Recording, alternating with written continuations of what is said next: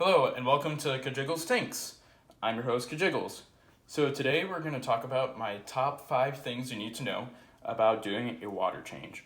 So obviously if you're having a aquarium, this is going to be very different for everyone, but these are 5 things that I think everyone in the hobby needs to know. So number 1, which I find is the most important, is know your aquarium. So what does that mean? This is a lot of different things. So, some of the basic stuff, make sure you know what size tank you have, what fish you have, how many fish you have. That's very basic, but there's some other things that you need to know to help determine, how much water I change and when I change the water. So, what type of fish do I have in my tank? Do these fish have a large bioload or not? If you're not sure, a good way to check is online or other YouTube videos. More information about the fish themselves, very helpful. Also, is your tank planted or is it not planted? What type of filter do you have? Is your tank heated or not?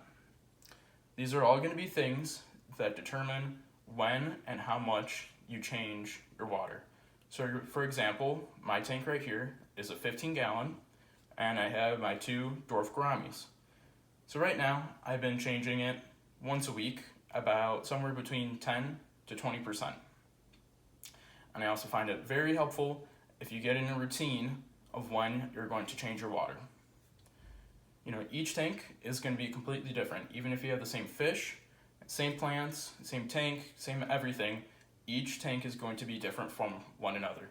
So there's not going to be, one answer, how much or how often should I change my water. Just do a little bit of research online, or you can also ask your local fish shop. They'll help you know the bioload of your fish and give a rough estimate of how much you should do. Also, if you're not sure, you could always start with lower amounts, and if you think that's not doing what you want to do, you could always do higher amounts the next time. Number 2 is make sure you get a high quality water conditioner. So some of you might know that a water conditioner, for example, this is the one that I use, it's a complete. What you want the water conditioner to do is to get rid of chlorine, but you also want it to get rid of chloramines. So if you didn't know, chlorine will eventually evaporate from the water. Almost all the water in the United States is treated with chlorine to help get rid of bacteria, so it's safe for us to drink. But you can't just add water straight from, your house right into your fish tank. That is not going to be safe for your fish. So when you're choosing a water conditioner, make sure you it's one that gets rid of chlorine, which will eventually evaporate, but also one that gets rid of chloramines, which will not evaporate from the water. Also, the one that I have, the complete, it also gets rid of heavy metals, and it also helps with replacing the slime coat, which is also beneficial, making sure that your fish are healthy.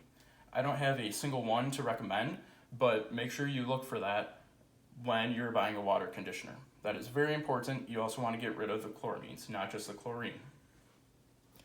Number 3 is cleaning your sponge filters.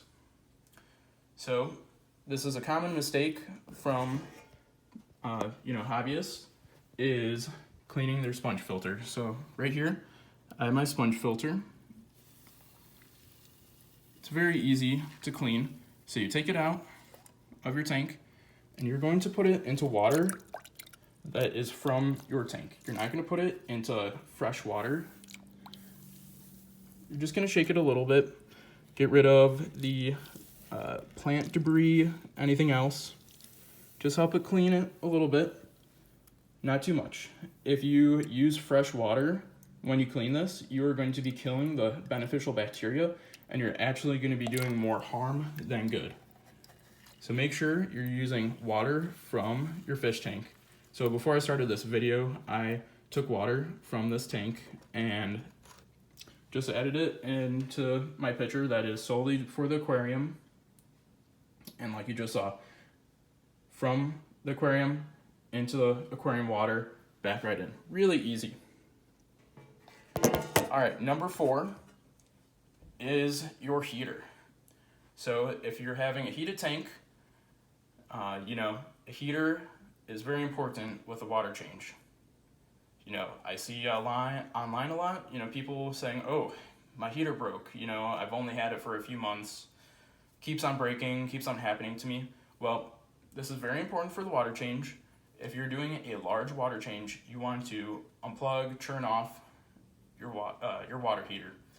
That is, if you're doing a large water change and the heater is not submerged enough to its minimum, that's when it's going to break and it can possibly crack and explode in your tank, which obviously is not good for your fish, plants, your aquarium at all. It's going to be a huge mess to clean up, could really do some damage in your tank. So make sure you turn off the heater, let it cool a bit before you start replacing the water. If you keep your fish in when you're doing the water change, it is not going to hurt your fish to let it cool for like 30 minutes or so. You don't want to break your heater because that's going to be more money. It's going to hurt your fish, hurt your aquarium. You don't want it to damage the tank at all. It's going to be a huge mess to clean up. So make sure you turn off your heater. And our final, number 5, similar to number 1, is, number 1 is get to know your aquarium. Hopefully you're doing water tests either, at home, or you ask your local fish shop to do a water test for you.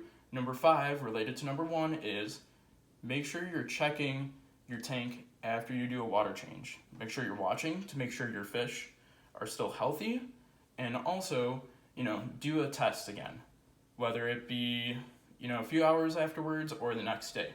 You don't want your water to be changing too much. We do a water change to help get rid of, the nasty stuff, whether it's a little bit of ammonia, nitrate, or nitrites. You want to get rid of that, but you don't want to be doing a huge water change and change the water parameters so much that you're actually hurting your fish. So it's important to know what your water is before you do a water change and after. All right, that is my top 5 things you need to know about a water change. Please help me out by liking and subscribing. If you have any other suggestions for water changes or other topics that you want me to cover, please leave a comment down below. Thanks for watching. Bye.